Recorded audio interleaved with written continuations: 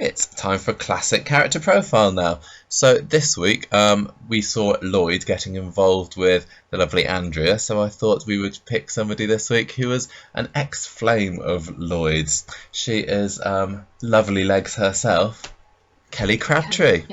Kelly Crabtree, which is a brilliant name and it's a very Corrie name. Very good character as well, but one that will kind of sadly be forgotten in years to come, I think. History. So let's celebrate her now while we've got the chance. We still remember her. She was born on the 24th of April 1979 and she first appeared on the 6th of September in 2004, last appeared on the 19th of March 2010, and she was in 510 episodes. That's quite a lot, isn't it? When I think of, if you were to ask me how long was Kelly a character, I might have said 2 or 3 years maybe. The fact that she was in like 6 years. 6 years, that's a long time. And 510 episodes, it all puts her in the top 100 characters. She's been the 85th most featured character ever on Coronation Street, which is really shocking.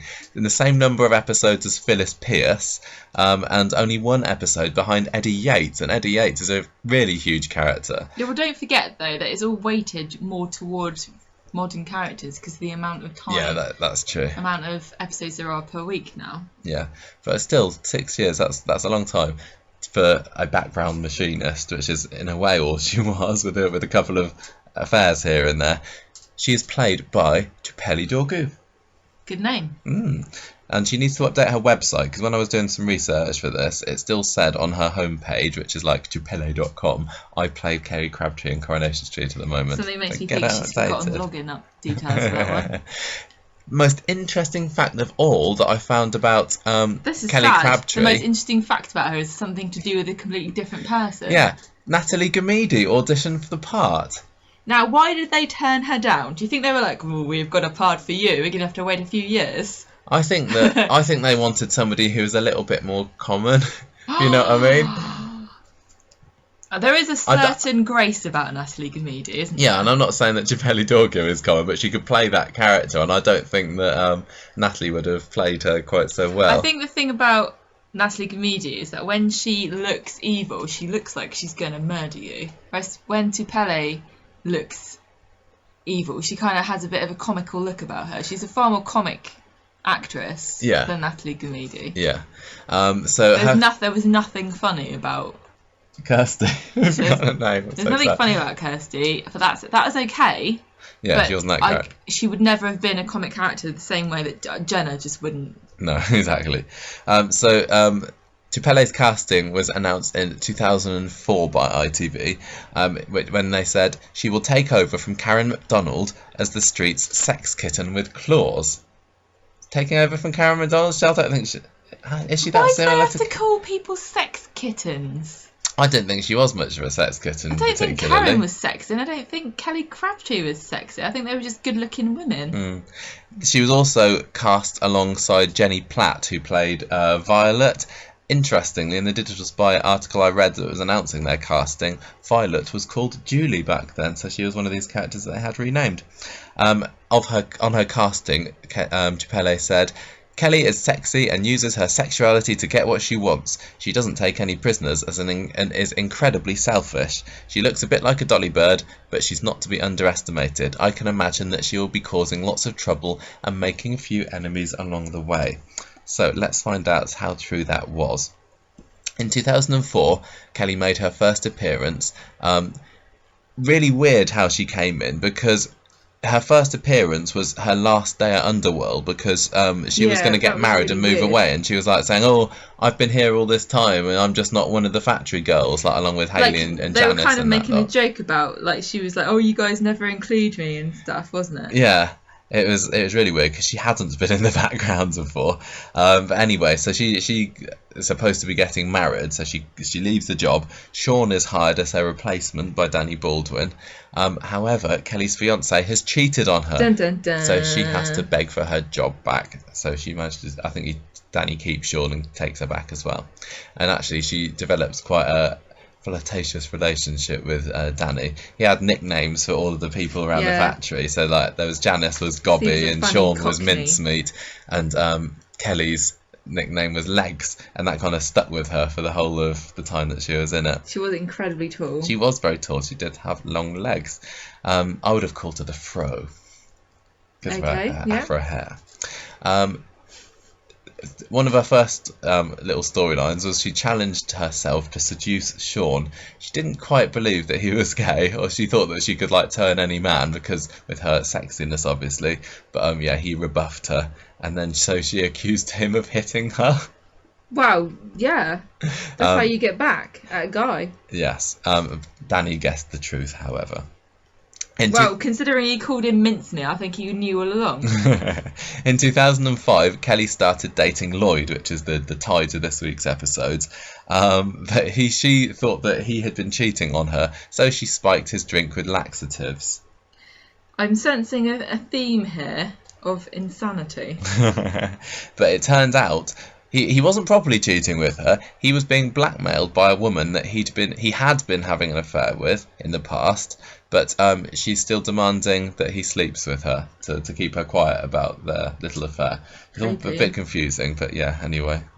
That probably made sense at the time. I'm sure it does. It doesn't make quite that much sense now. Good news for Kelly. At the end of 2005, she won £2,500 on a scratch card. Woo! But she was mugged the next day. Oh, pants. Yeah. She told Lloyd that she thought she was probably attacked because of her skin colour. So a bit of a racism storyline kind of back then. Kind of. Didn't really go anywhere, they did it. No. In 2006, her old friend Becky Granger appears on the scene, and she hangs around her a bit. She's a bit desperate because she kind of saw Kelly as like the successful one of the relationship, of the because Kelly is absolutely tragic. Kelly had a criminal past, but she'd kind of managed to make us something of her life because she and Lloyd were coming back from somewhere. I can't even remember where they'd been. I remember, and wasn't this Becky's first scene where she was like she was a homeless girl out on the street, and she was like, "Oh, Kelly, is it really you?" And Kelly was almost embarrassed to know this girl because she was there with Lloyd. But when Becky starts showing up more on the street, she stalks her a bit, like you said. Becky gives Kelly a watch, but it turns out that she bought it with money that should have been for the rent. Yeah, Kelly thought that Becky had nicked it. And Kelly offers for Becky to move in with her and Lloyd, but she kind of gets a bit over. She overstays her welcome and she gets kicked out. So she decides to take revenge. She does that by making a pass at Lloyd and planting stolen jewellery in Kelly's locker. Kelly gets sacked, disowned by her friends when the criminal past is uncovered. And Lloyd suggested that she plead guilty for a lesser sentence, even though he knew it was Becky. She does do this in the end, but it spells the end of her relationship with Lloyd because she didn't like the fact that he made her lie. And she has a drunken one-night stand with Steve. Ooh. In 2008, she's desperate for cash as she steals some leftover material from the factory and sells products on the side. Yeah, so she gets caught out by Liam Connor because I think somebody who was wearing Kelly's products, or whatever you call them, bras, had drinks spilled on her, and then when she took her top off to clean it, whatever, this bra was underneath. So Kelly was almost sacked, but she was put on probation with lower wage after that. At the end of the year, she started dating Dan Mason. Remember him? No. the very short-lived bookie, but she was soon dumped after he got fed up of her trying to borrow money off him all the time. In 2010, that was when Sally was diagnosed with cancer, and she gets on everyone's nerves when she says everyone's hypocrites for being nice to Sally just because she's got cancer, and that nobody liked her before, so why are they being...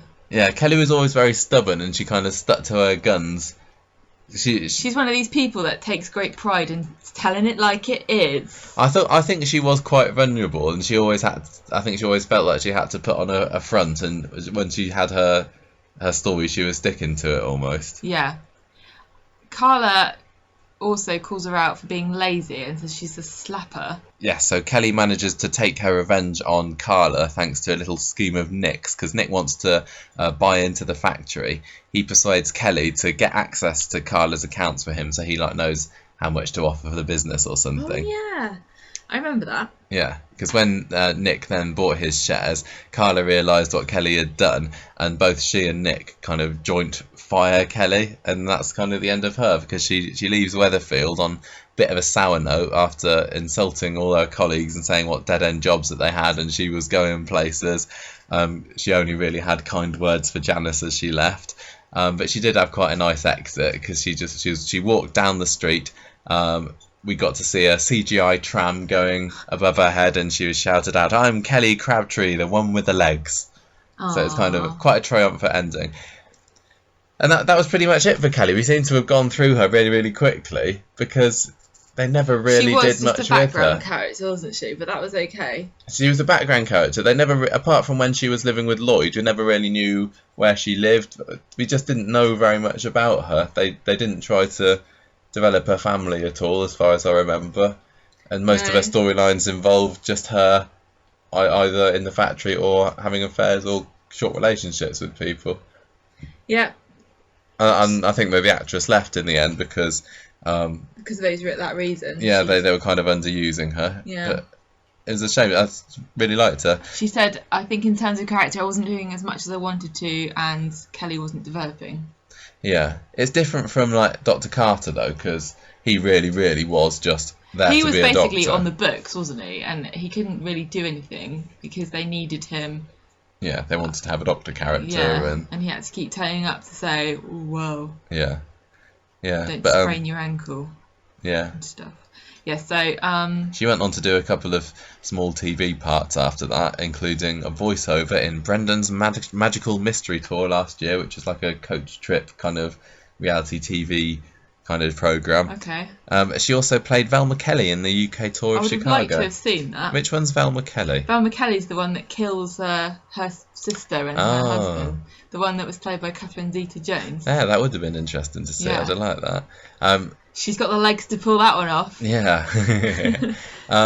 She was also, while she was in the show, part of Soapstar Superstar, which was the little was it Saturday night soap celebrity stars karaoke show. Didn't Richard Fleischman win that? I don't know. I think maybe, I can't remember. But yeah, there we go. That's Kelly, and we've finished before we barely even started. But I really did like her. I liked her kind of bolshy attitude and the fact that she wouldn't stand down from her point of view. She was kind of like a prototype Becky in a way, except she didn't have that fleshed out backstory that gave you sympathy for her. You never really felt sorry for Kelly. They never made her sympathetic like they did with Becky, like with all the storylines with her family and wanting a child, and she never had motivation. Becky became so popular partly because she latched onto Roy and Hayley, and Kelly never really had anyone like that. No. But I suppose we need these little background factory girls, don't we? Yeah. Just keep the show ticking along. Yeah. Is there anybody at the moment that's like somebody who's just a factory girl? I don't think there really is there? They've all got their own little stories. They all have at the moment. I think maybe they learned from what happened with Kelly that they have to give him a bit of a backstory. As it is though, whenever anyone's introduced to the street, they just get a job working at the factory. There's no spare spaces for background. Yeah, they just make anyone. Anymore. That's true. Actually, they just woman. Yeah. It used to be there were loads of extra people worked at the factory that you didn't know who they were, but now they don't bother having. Well, you see them a little bit, but there's just a handful. But it's stupid though, because where do they work? It's like there's that bank of like 6 or 8 machines. We don't ever see them sitting on the machines, do we? And then they obviously cut the rest of them out. You're supposed to believe there's another 20 of them who just talk amongst themselves. Yeah. Wouldn't it be funny if they were like, if the Corrie ones were like the outcast weirdos that nobody talked to, the unpopular ones that had to talk amongst themselves because nobody else liked them? They should have an online spin-off about the other factory girls. Yeah. Right. Well, that was kind of what the point of introducing Kelly was, wasn't it? It's like, I've been here all along and nobody's paid any attention to me. Yeah, they could do that with other characters, like pretend like that this is why we could have a fat Brenda. Yeah. Right, there we go, there's Kelly. I liked her. I thought that she was good with Lloyd. Wish she hadn't left, but she's one of those characters that they could bring her back, but there's no reason to. They could bring her back, with her being really successful, because she went off sort of saying, I'm going to make something of my life, and wouldn't it be interesting if she actually She did? came back as like a businesswoman and she wanted to buy the factory. Yeah. That'd be awesome. She's like, I want to make you part of Kelly Crabtree conglomerates. The thing is, that would never happen, because she did have ideas above her station. Yes, and I think it was all a bit of a pie in the sky. I'd be interested to find out where the character actually did go on and work after she quit. Whether she got to the end of the street and actually thought, what am I going to do now? She's probably got a chippy on the main. She probably got a job in a chippy on the main road. She's been there ever since. Yeah. She's never gone round the corner again.